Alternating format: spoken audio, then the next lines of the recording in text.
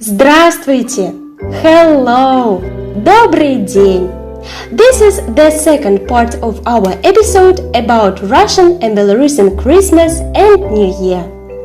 In the previous episode, в предыдущем эпизоде, we pointed out 6 places to visit during the winter holidays. Let's refresh them.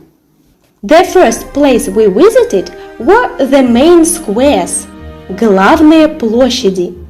Then we stopped by the колядный кирмаш, Christmas market, enjoyed some delicious food, bought souvenirs, and headed out to see the beauty in the main botanical gardens of Russia and Belarus. After that, we went out of the city and came to ski resorts, горнолыжные курорты. In this part, besides skiing, we will enjoy walking along Russian and Belarusian eco-trails. We will visit Santa Claus and his right-hand snow maiden in their fiefdom. And finally, we will hear a curious story about Santa. Интересно? Let's continue. Natural Russian and Belarusian.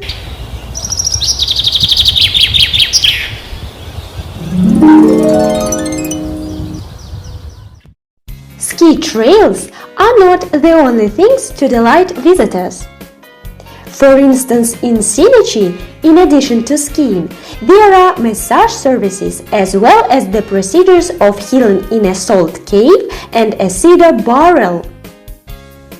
The cedar barrel, кедровая бочка in Russian and кедровая бочка in Belarusian, combines the ancient method of restoring health with the help of herbal steam and oil elixirs.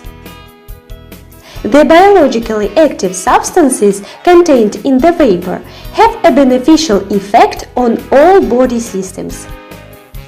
At the same time, this method doesn't cause a migraine pain, typical of normal bath procedures. There's also a medical rehabilitation center on the territory of the Raubichi Sport Complex. A wood-burning sauna, a Finnish sauna, and a fireplace room are at your service. Have you skied enough? Now, let's go for a walk in the wild forest along the eco-trails, eco-tropy in Russian and eco-стежки in Belarusian. Have you ever walked along the eco-trails in your country? Share your impressions on our Facebook group or write directly to our mail natural.russianbell@gmail.com. In the northeast of the Moscow region, in Dmitrovka village, there's a unique protected area, a nature reserve Журавлиная Родина, the motherland of cranes. Here, you will see landscapes and habitats of rare species of animals and birds.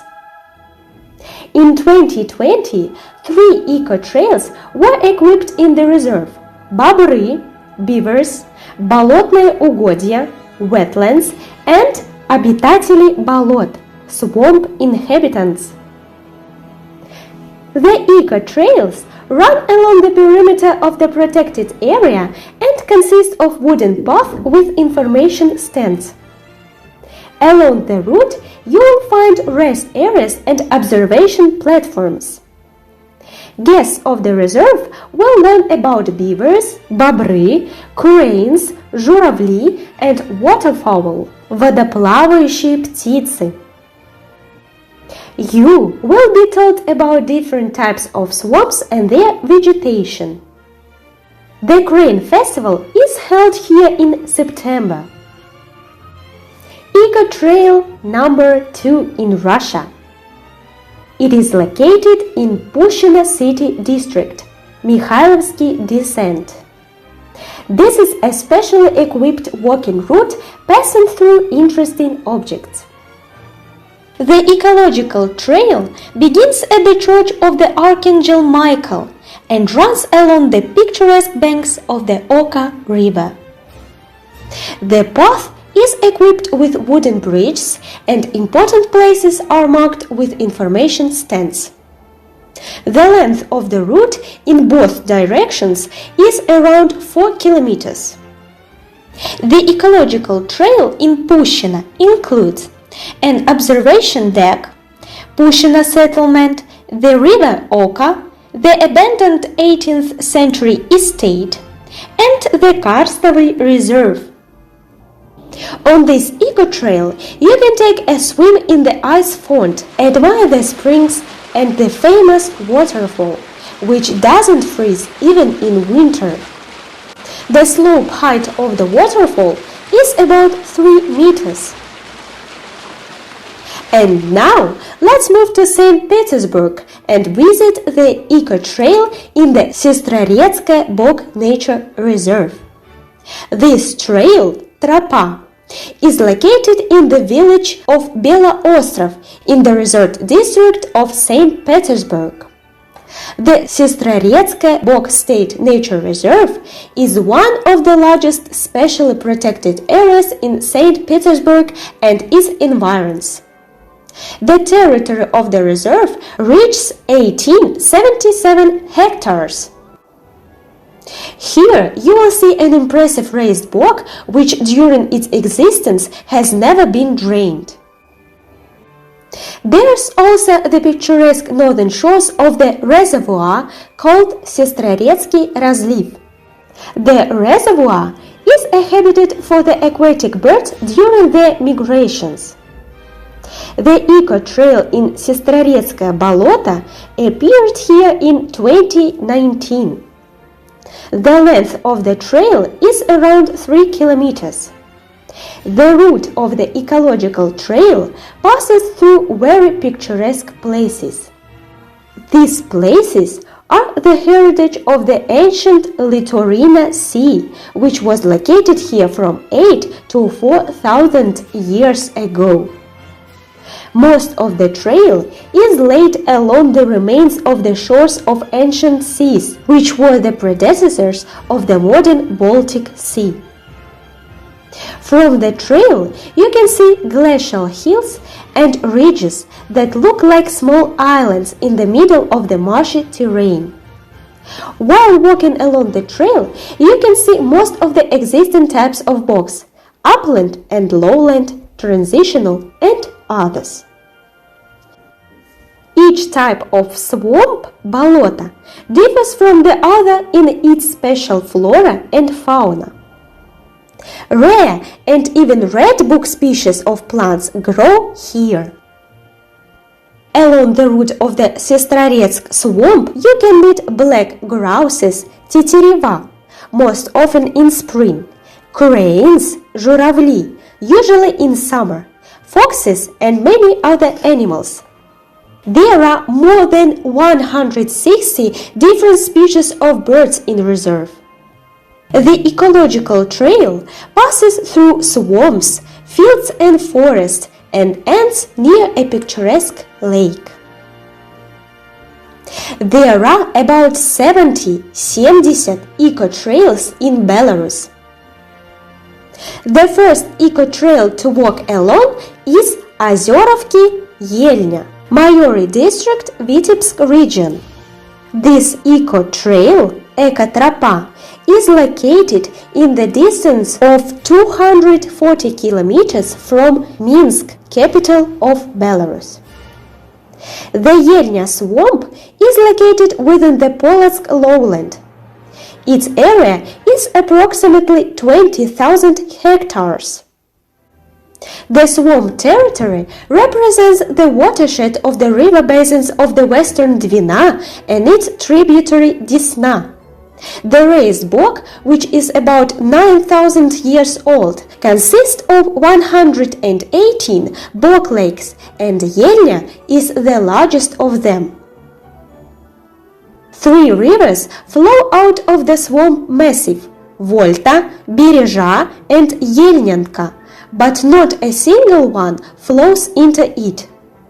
There are many islands in the swamp, some of which were even inhabited by humans. In order to show curious tourists all this mysterious beauty, an ecological trail of 1.5 kilometers was laid. We did this thanks to a grant from European Technical Assistance and the United Nations Development Programme. The second eco-trail in Belarus is called Syabrynsky Crossroads. Syabrynsky Перекресток. It is located in Ivyevsky district, Grodno region. The distance from Minsk is 90 kilometers. The eco-trail length is 1 kilometer. Эко-тропа Syabrynsky Перекресток is named after the Syabrynsky озера located nearby. It has a convenient observation tower and rest areas. Not far from the eco-тропа, there is a bison enclosure where you can see bisons, бизоны. In general, in Naliboka Pusha, there are a variety of animals, and if you are lucky, a herd of wild roe deer can be seen in their natural habitat. In addition to eco-trail, in Nalibokskaya Pusha, you can find other activities. For example, go to Lake Kroman, ride a bike along forest trails, or raft on a kayak on the Islach River. The third eco-trail in Belarus is no less popular than Yelnya.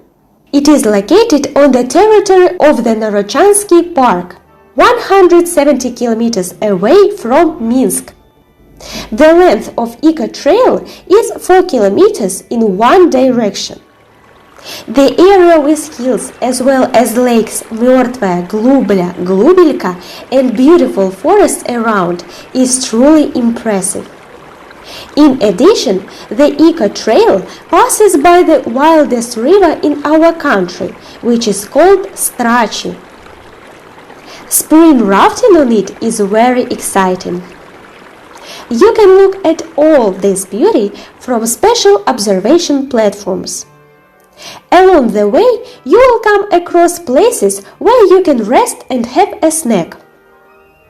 All eco-tropy have observation towers. Here you can enjoy an unforgettable view of wildlife.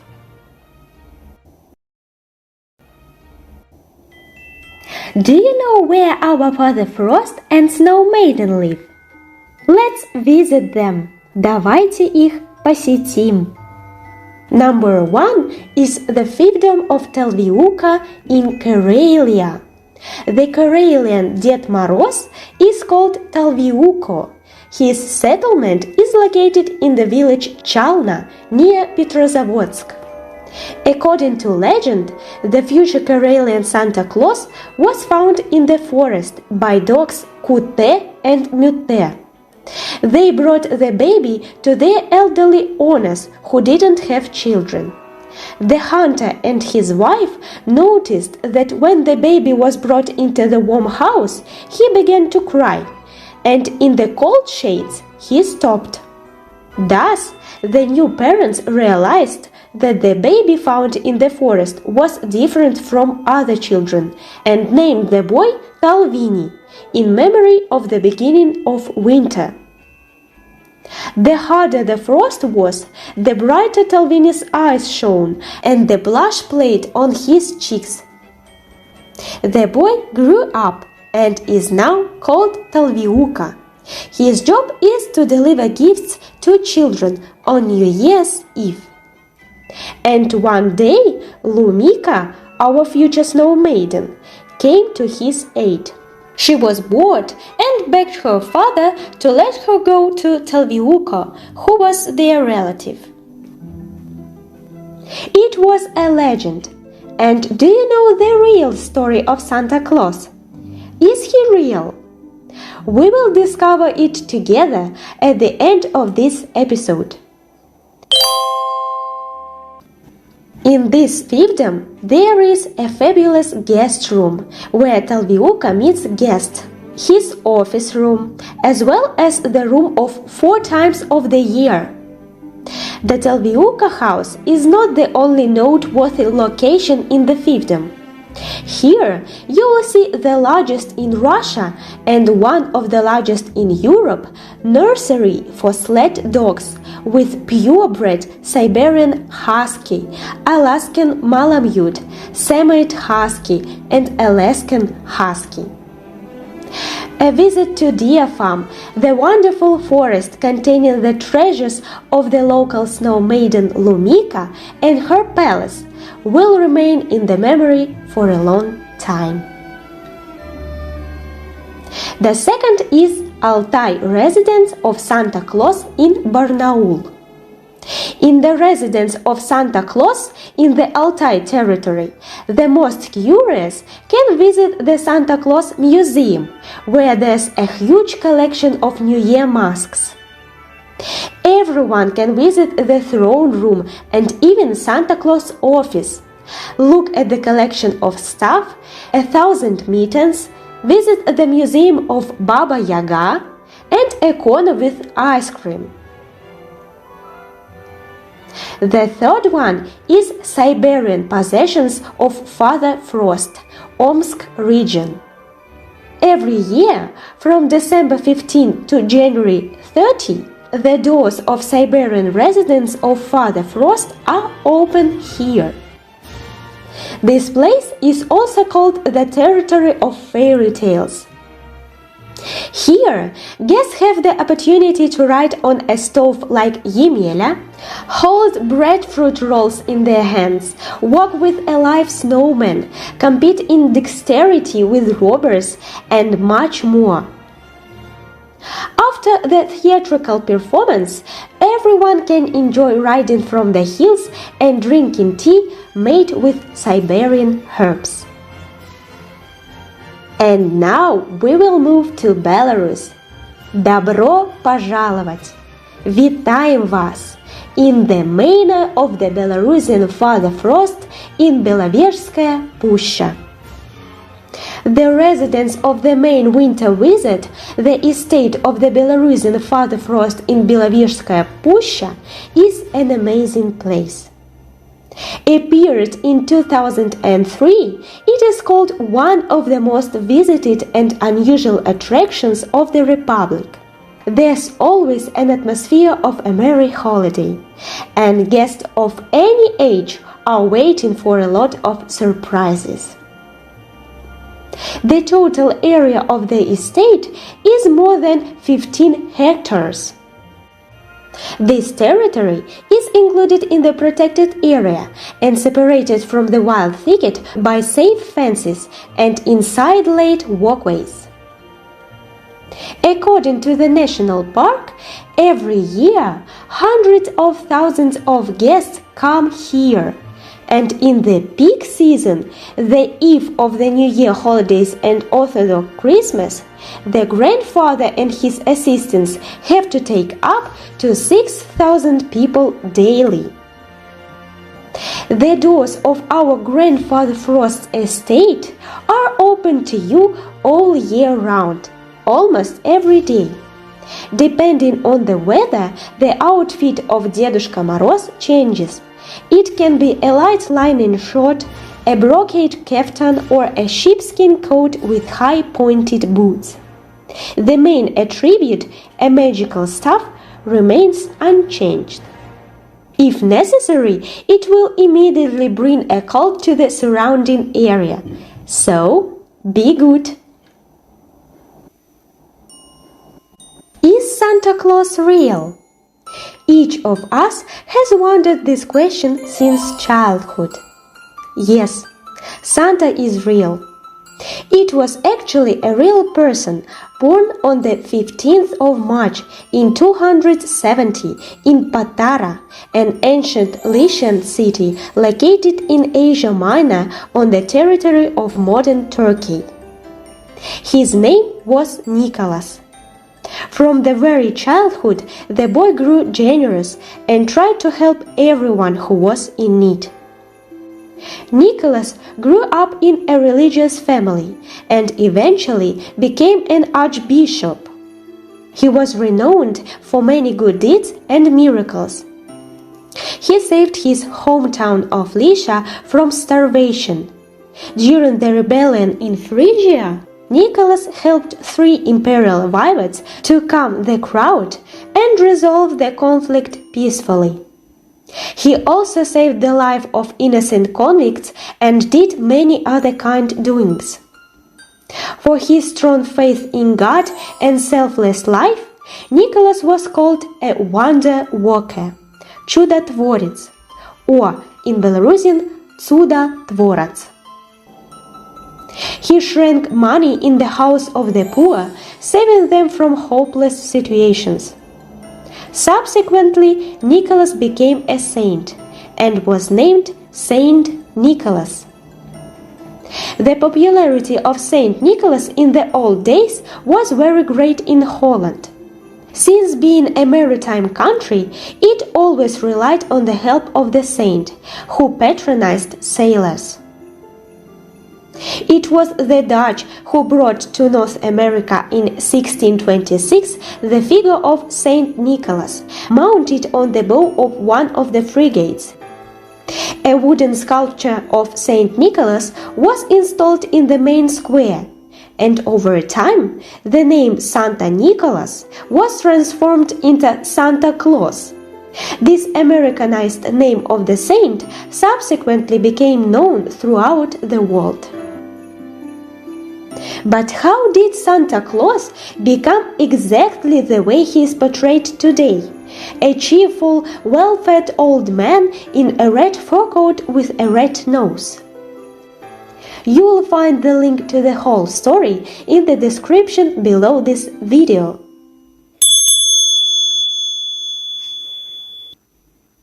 Великолепно! Выдатно! What dishes from our traditional New Year table have you remembered? Which places on our list have you already been to? Which ones are you planning to visit? What information was the most captivating for you? Share your answers in our Natural Russian and Belarusian Facebook group. In these winter days, I will for sure provide you with a list of great Russian movies and cartoons. What Russian movies have you already watched? I've prepared a special present for the most active listeners. And in this episode, I will mention some of them. And in the episode about Russian New Year movies and cartoons, I will cover much more. The first movie in our list is Gentleman of Fortune, produced in 1971. Джентльмены удачи. The second is Carnival Night, produced in 1956. Карнавальная ночь. The third movie is Девчата, called The Girls, and produced in 1961. And there are 3 cartoons I recommend you to watch. The Snow Queen, Снежная королева, produced in 1957. Умка, produced in 1969.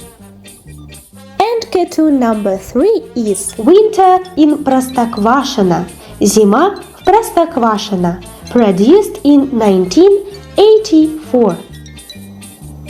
If you want to get a special present from us, write to our mail natural.russandbell@gmail.com and get a special opportunity to learn Russian or Belarusian in a natural and joyful way.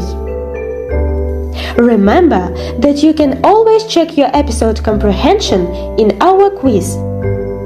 To get the access to all the quizzes, join our public in Telegram. See you in the next episode. Be happy! С Рождеством и Новым годом! До свидания! До побачення!